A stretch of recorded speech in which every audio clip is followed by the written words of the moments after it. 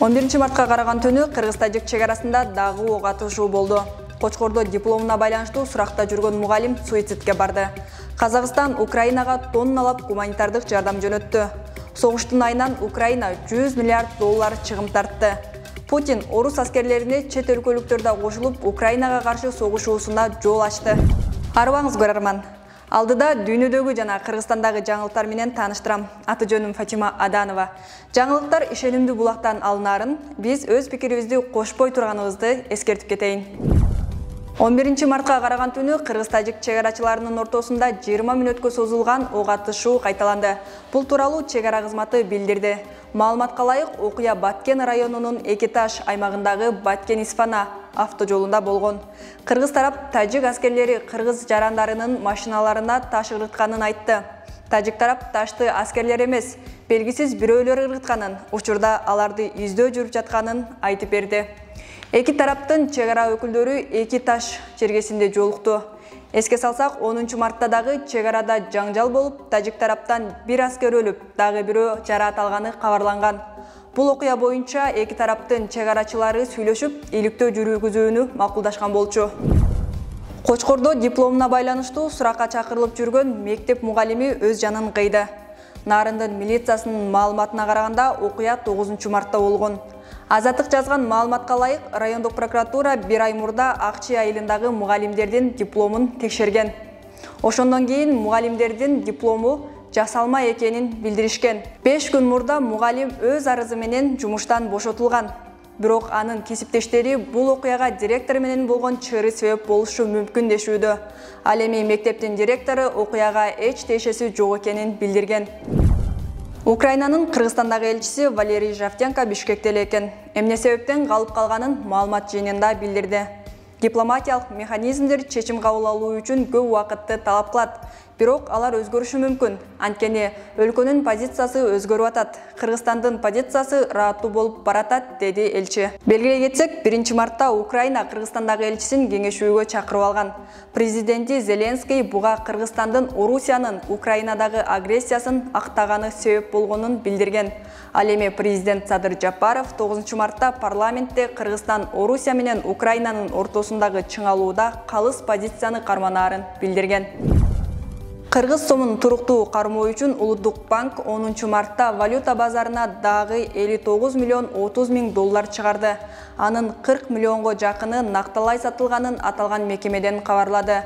Улуттук банк жыл башынан бери ушуну менен 5 жолу интервенция жасап, жалпысынан 285 миллиондой долларды каржы базарына чыгарды.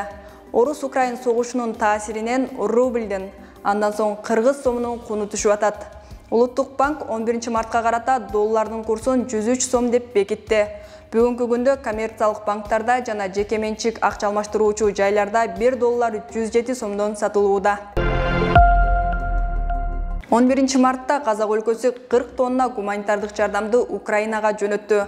Казакстандагы Украина элчиси Петр Врублевскийдин айтымында 2 фура 10 күндөн кийин Украинага жетет. Ал казак элине ыраазычылык билдирип, 14-мартта Алматыдан Варшавага дагы авиакаттам менен гуманитардык жүк жеткирилиши пландалып жатканын кошумчалады. Ал тапта Украина согуш башталгандан бери 100 миллиард доллар чыгым тартканын Зеленскийдин экономика боюнча кеңешчиси Олег Устенко маалымдады.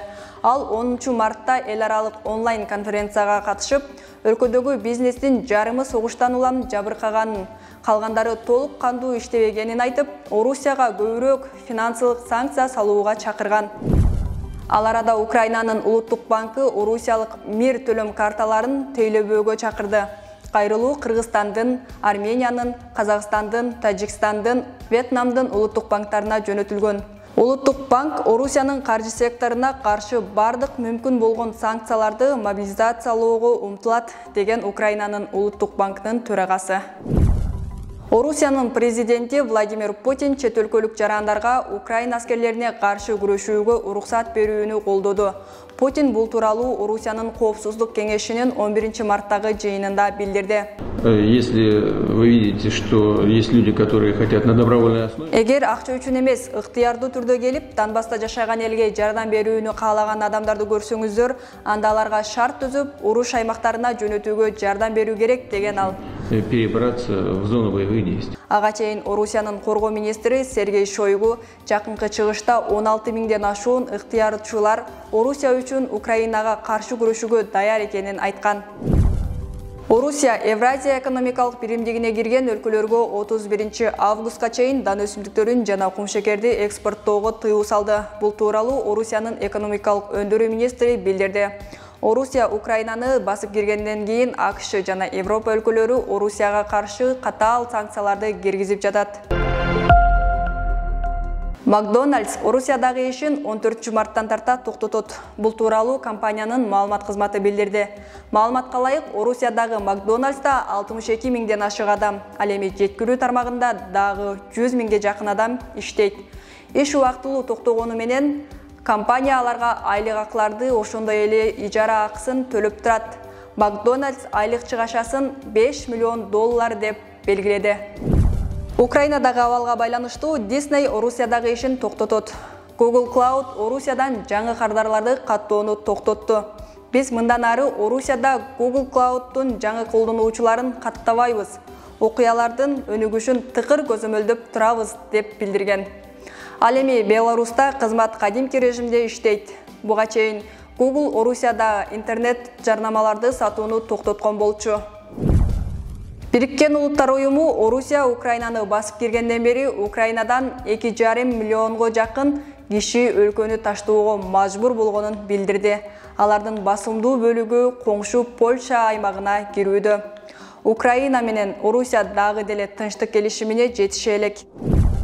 Англиянын Ливерпульдун, Реал Мадридтин жана Манчестер Юнайтедтин мурдагы оюнчусу Майкл Оуэн Индиянын Суперлигасынын бул сезонунун эң мыкты 5 голун жарыялады. Ал кыргыз курама командасынын чабуулчусу Мирлан Мурзаевди 5-орунга койгон. 18 декабрда Адиша клубу менен болгон беттеште Мурзаев 1-курамада оюнга кирип, 63-мүнөттө алыскы аралыктан жаруу өтүп, жеңиш голун киргизген. Кыргызстандык быйылкы сезондо 8-орунду ээлеген Ченнай клубунда ойноп, медалдар үчүн күрөшүүнү уланта албай калган. Жаңылыктар менен мен Фатима Аданова тааныштырдым. Каналга катталып, комментарий жазып, лайк басыңыздар.